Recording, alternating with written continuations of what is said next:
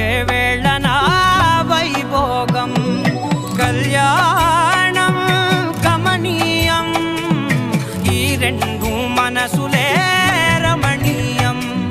ముడే ముళ్ళట ముడి పడుతుంటే ముచ్చట నాలుగు దిక్కుల కంట చూడ ముచ్చటైన వేడుకంట ఆ పంచభూతాల తోడుగా ప్రేమ పంచుకొనే పండగంట ఆరరుగల నిండుగా ఇది నూరెళ్ళ పచ్చని పంట అమ్మల